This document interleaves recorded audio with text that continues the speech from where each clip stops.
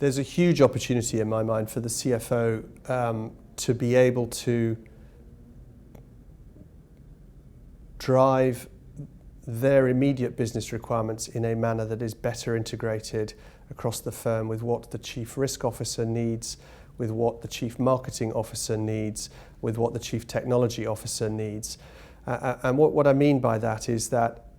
many of the requirements in the narrow sense that the chief financial officer has relate to ensuring that data is available in a manner that addresses accounting, capital, liquidity, and other regulatory reporting requirements. But actually, if you think beyond those narrow requirements, it's the same data that is driving credit risk, market risk, operational risk, could be driving customer relationship management. And actually, sorry, I forgot one thing for the CFO, which is incredibly important and where the requirements are becoming more and more detailed and more granular, and that is stress testing.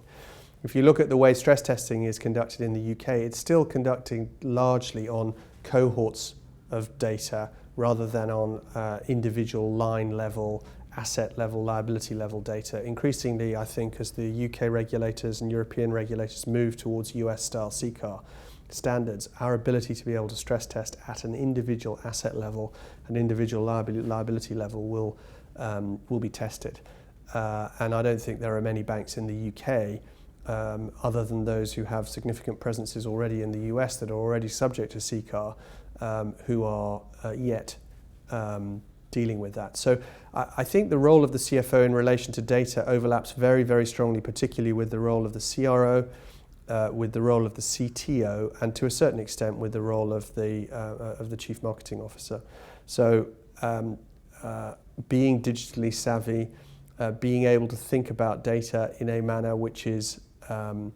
based around golden sources that are bulletproof, creating digital architecture which is being updated all the time for the latest requirements and is not 20 years out of date. All of that those are incredibly important skills. And one of the things I think around that's important is that CFOs need to become better at understanding how to commission and execute data-related projects well. The standoff that I often see between the CFO and the CTO is the CTO says, well, you asked me to do this, I did this. And actually probably what happened is the CFO asked the CTO to do the wrong thing